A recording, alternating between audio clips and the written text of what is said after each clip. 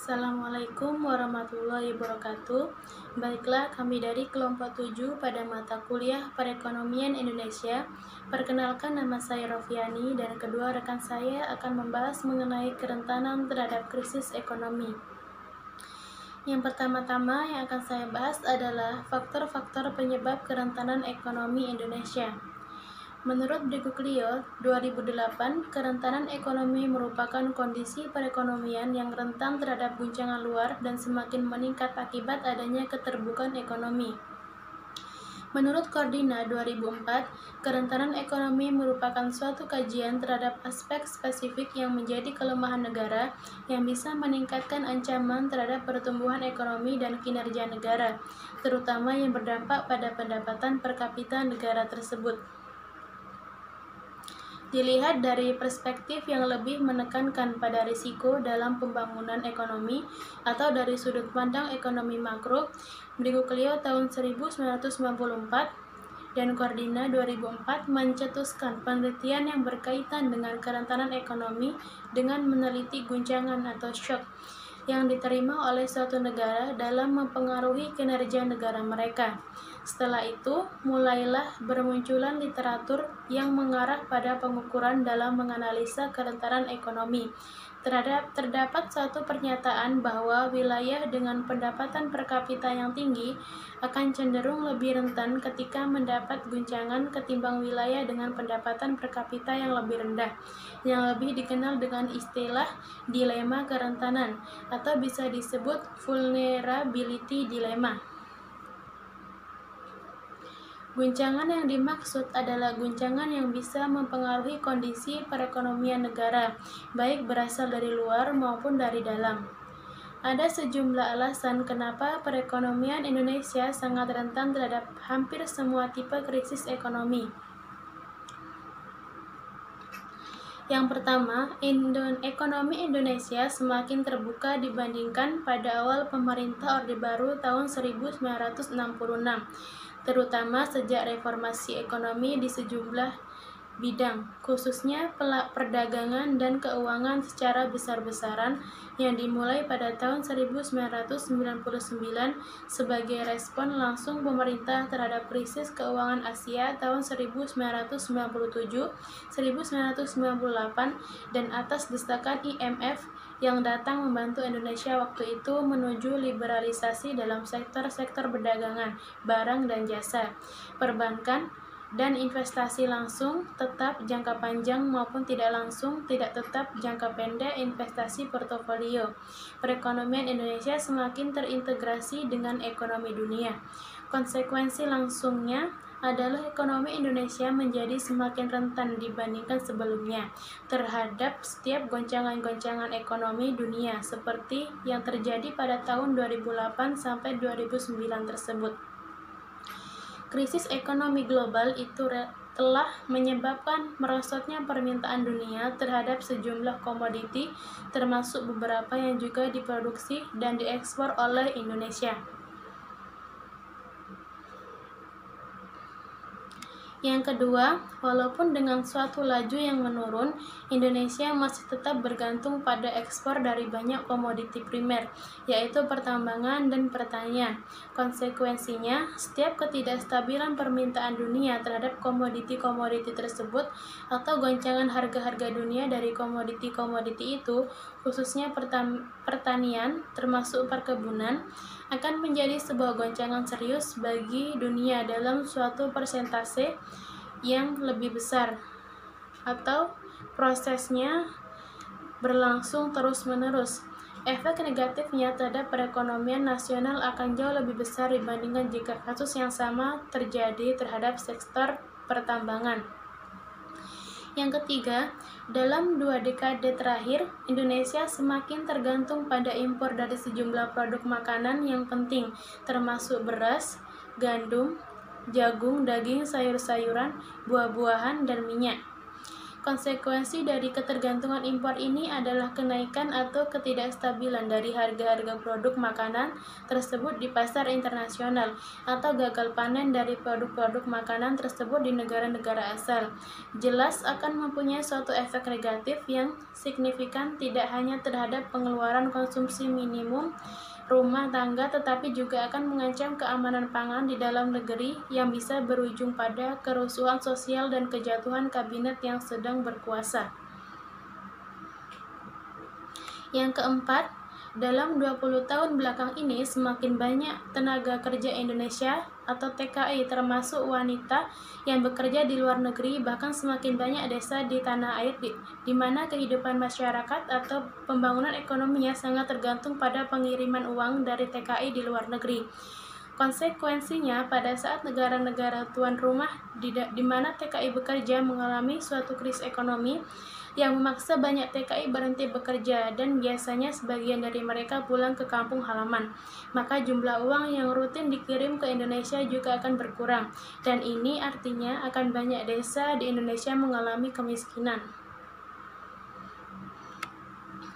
Yang kelima, sebagai sebuah negara dengan jumlah populasi yang besar, yang artinya tingkat konsumsi makanan domestik yang sangat tinggi, akselerasi laju pertumbuhan output di sektor pertanian di dalam negeri menjadi sangat krusial. Dan ini tergantung pada beragam faktor, termasuk cuaca yang merupakan sebuah faktor oksigen, karena berlokasi di suatu wilayah antara dua samudra yaitu Pasifik dan India yang dilalui oleh garis khatulistiwa, maka Indonesia sangat rentan terhadap perubahan-perubahan udara yang tidak normal, seperti fenomena El Nino yang sering menyebabkan kegagalan panen, dan jika kasusnya adalah padi, maka masalah bisa sangat serius. Bukan saja ketahanan pangan nasional terancam, tetapi juga bisa berakibat pada inflasi yang sangat tinggi dan krisis keuangan pemerintah karena harus mengimpor beras atau memberikan beras murah dalam jumlah yang banyak kepada tiap rumah tangga yang tidak mampu. Baiklah, terima kasih kepada rekan saya Rofiani yang telah terlebih dahulu menjelaskan mengenai isi pembahasan dari makalah kelompok kami. Baiklah, selanjutnya saya Dita Kabisahuri akan melanjutkan yang mana pada poin kedua itu terdapat analisis empiris dalam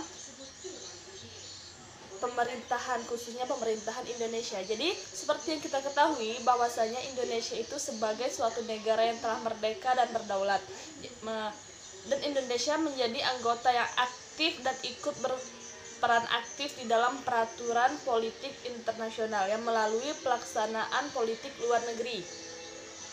Nah, jadi politik luar negeri Indonesia telah melewati masa-masa bagaimana mereka bisa tumbuh dengan lama, dan tentunya tidak begitu saja, tentunya melewati beberapa dekade-dekade atau permasalahan yang dilewati.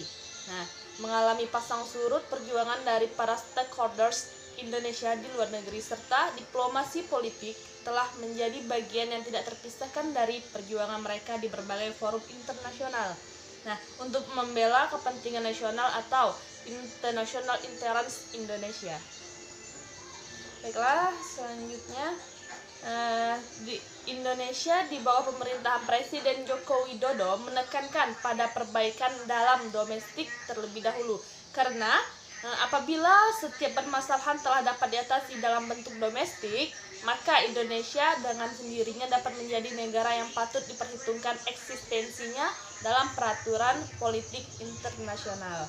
Nah, jadi oleh karena itu, agar terciptanya suatu pelaksanaan politik luar negeri yang bebas aktif yang dapat mewujudkan kepentingan nasional Indonesia, maka Presiden Joko Widodo di dalam pemerintahannya menegaskan ataupun menuntaskan 3 permasalahan pokok yang sedang dihadapi oleh Indonesia. Ya, yang mana salah satunya pertama itu merosotnya kewajiban negara.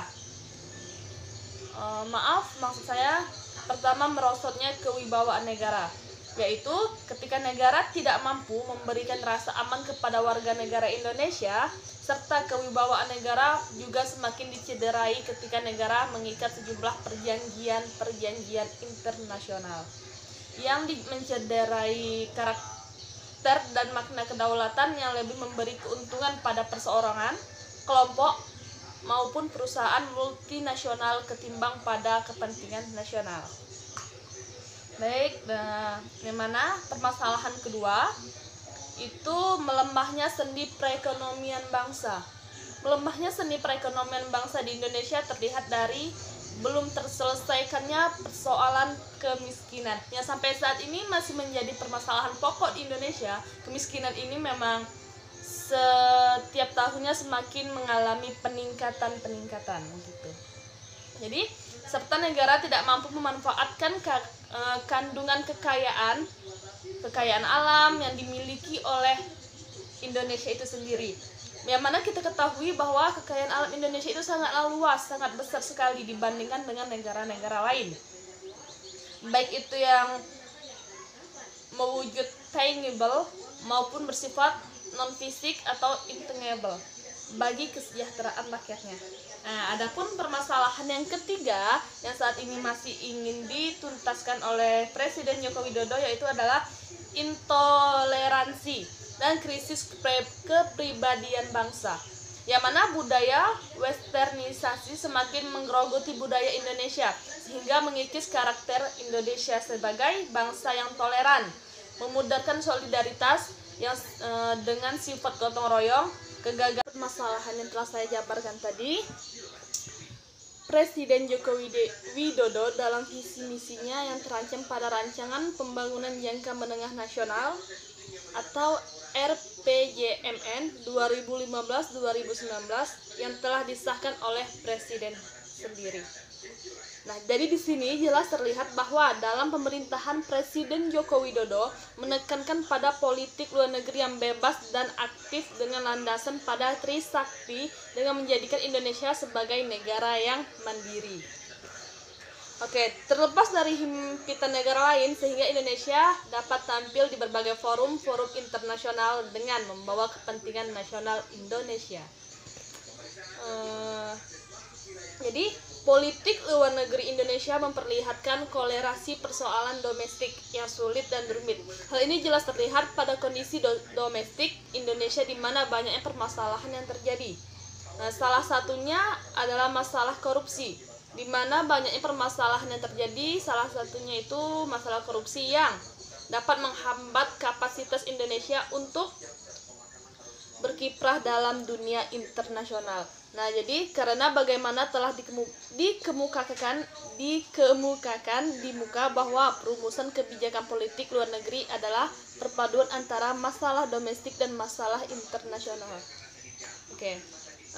Selanjutnya itu terdapat pada poin ketiga dalam pembahasan makalah kami, yaitu mengenai beberapa masalah dalam analisis empiris.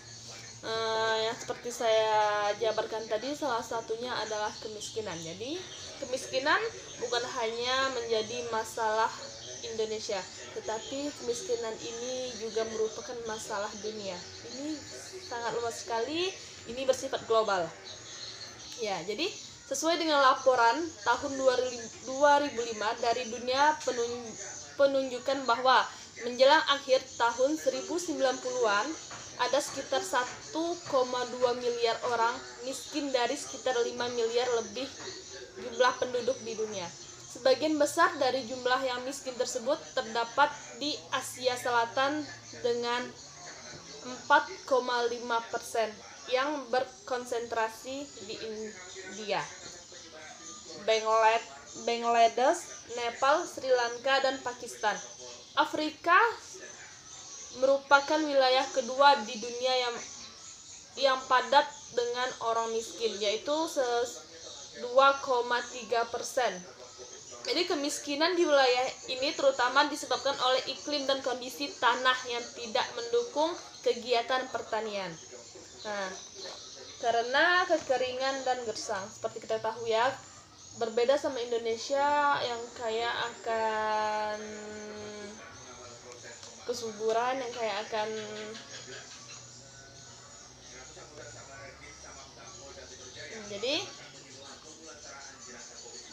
jadi Jadi di Indonesia pertumbuhan ekonomi yang tinggi dan berkelanjutan itu selama era Orde Baru, yaitu sekitar tahun 1966 sampai dengan 1998, memberi suatu kontribusi yang besar terhadap pengurangan kemiskinan yang diukur dari jumlah orang yang hidup di bawah garis kemiskinan suatu persentase di jumlah penduduk.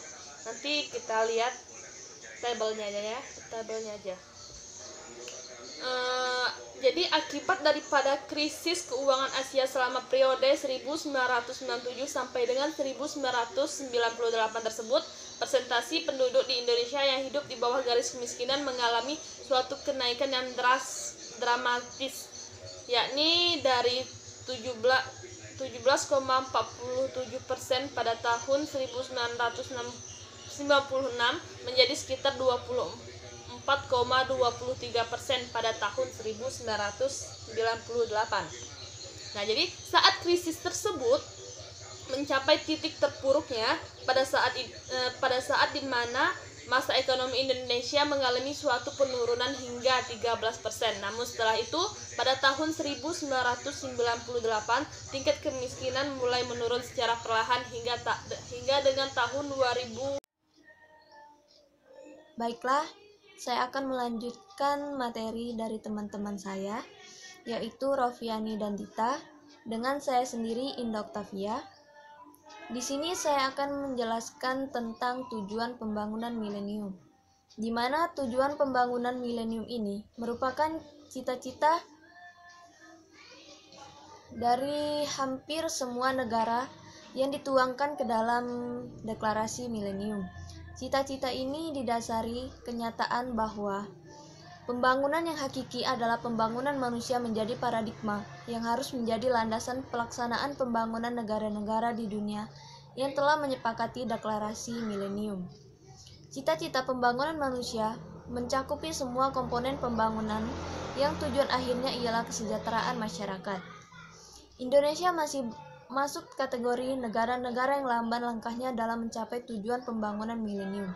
Kelambanan Indonesia dalam mencapai tujuan pembangunan milenium ini yaitu masih tingginya angka kematian ibu yang melahirkan.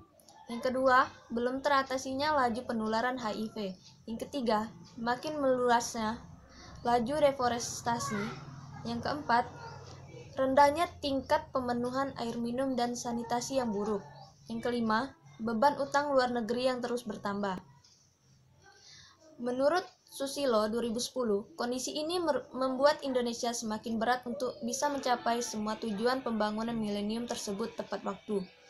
Memang ini bukan berarti bahwa pemerintah Indonesia sama sekali tidak berusaha.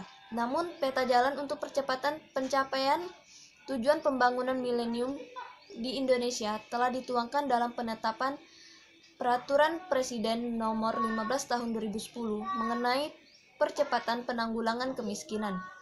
Hanya saja ini tidak cukup. Banyak hal yang harus dilakukan secara serentak, termasuk peningkatan anggaran dari APBN, koordinasi yang baik secara horizontal antar departemen maupun secara vertikal antara pemerintah pusat dan pemerintah daerah, serta kebijakan ekonomi makro dan lainnya yang menciptakan kesempatan kerja yang produktif untuk pencapaian tujuan pembangunan milenium tersebut. Selanjutnya, saya akan menjelaskan beberapa isu penting yang terdapat di pembangunan milenium ini, yaitu banyak isu penting terkait dengan kemiskinan dan kesenjangan di Indonesia yang terjadi dengan melakukan pembangunan milenium, yaitu yang pertama, penyebab utama kemiskinan di Indonesia dan penyebab utama kesenjangan ekonomi antar wilayah di Indonesia. Yang kedua, apa saja yang membuat pemerintahan dalam era Soeharto berhasil mengurangi tingkat kemiskinan di Indonesia. Yang ketiga, apa saja yang harus dilakukan oleh pemerintah agar pertumbuhan ekonomi dapat berkualitas dan yang pertumbuhan ekonomi yang sangat mengalami kemiskinan itu dapat ikut tercapai. Yang keempat, apa yang membuat kemiskinan di Indonesia lebih terpusatkan di pedesaan dan perkotaan? Yang kelima, apa yang membuat ketimpangan pendapatan di pedesaan lebih kecil daripada di perkotaan? Pertanyaan tersebut muncul dalam isu penting terkait dengan kemiskinan dan kesenjangan yang terjadi dengan melakukan pembangunan milenium, yang merupakan cita-cita mulia dari hampir semua negara di dunia yang dituangkan ke dalam deklarasi milenium, termasuk di Indonesia. Baiklah, itulah hasil dari makalah kami. Sekian, jika ada kesalahan dan kehilapan dari kelompok kami mohon maaf. Kami akhiri, wabillahi taufiq wal hidayah. Wassalamualaikum warahmatullahi wabarakatuh.